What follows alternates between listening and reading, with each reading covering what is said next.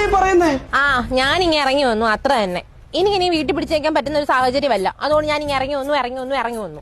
നിന്നോട് ഞാൻ പറഞ്ഞില്ല ജോലി കിട്ടിക്കഴിഞ്ഞ് 6 മാസം കഴിഞ്ഞ് വീട്ടിൽ വന്ന് ആലോചിക്കുന്നു. പിന്നെ എന്തിനാ നീ ഇപ്പൊ ഇറങ്ങി വന്നേ?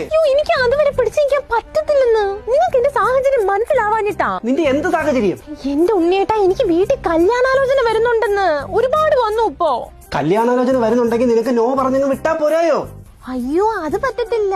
നിങ്ങളെ പോലെ അലന്നവരല്ല, നല്ല ചിമിട്ട് പിള്ളേരാ വരുന്നത്. എനിക്ക് അവരെല്ലാം അങ്ങ് ഇഷ്ടപ്പെടുവാ. അതാ എന്റെ സാഹചര്യം. ഇന്നലെ ഒരുത്തൻ കാനഡയിൽ നിന്ന് വന്നു. അയ്യോ, എന്തൊരു രസമാ കാണാന്. ചെറുക്കന് നല്ല ശമ്പളവും. എനിക്ക് ഇഷ്ടപ്പെടും. എന്റെ കൺട്രോള് പോകും ഉണ്ണിയേട്ടാ. നിങ്ങൾക്ക് തന്ന ഒരൊറ്റ വാക്കിന്റെ പുറത്ത് ഞാൻ ഇറങ്ങി വന്നത്. ഒന്നാമതേ എനിക്ക് നല്ല താല്പര്യം അവരെല്ലാരെയും അങ്ങ് കെട്ടാൻ വേണ്ടിട്ട്. അപ്പൊ വീട്ടുകാരോട് നിർബന്ധിച്ച് ചിലപ്പോ ഞാനങ്ങ് വഴങ്ങിപ്പോവും ഉണ്ണിയേട്ടാ. അതുകൊണ്ട് എന്നെ വേഗം വന്ന് കൊണ്ടുപോകും. ഞാൻ വീട്ടിൽ നിന്ന് ചാടി. നീ എന്തൊക്കെയാണ് ഈ പറയുന്നേ? എടി, അതൊക്കെ ഭയങ്കര പ്രശ്നമാവുന്നു. അതോർത്ത് നിങ്ങൾ ടെൻഷൻ അടിക്കേ വേണ്ട. നിങ്ങളെ എന്റെ വീട്ടുകാർക്ക് അറിയത്ത് പോലും ഇല്ല. നിങ്ങളുടെ പേര് പോലും അറിയത്തില്ല. നിങ്ങൾ എന്നുള്ള വ്യക്തി ഭൂമിയിലേ ഇല്ല. എടി, പോലീസ് ഫോൺ ട്രേസ് ചെയ്ത് വരുമെന്ന്. അതും നിങ്ങൾ പേടിക്കണ്ട. ഞാൻ ബസ് വരുമ്പോൾ ഒരു ചേട്ടനെ പരിചയപ്പെട്ടു. ആ ചേട്ടന്റെ ഫോണിൽ നിന്നാണ് ഞാനിപ്പോ വിളിക്കുന്നത്. എന്റെ ഫോൺ ആ ചേട്ടനെ കൊടുത്തു. ആ ചേട്ടൻ ഇപ്പൊ തമിഴ്നാട്ടിൽ അങ്ങോട്ട് പോയി കാണും. നീ ഇപ്പൊ എവിടെ ഉണ്ട്?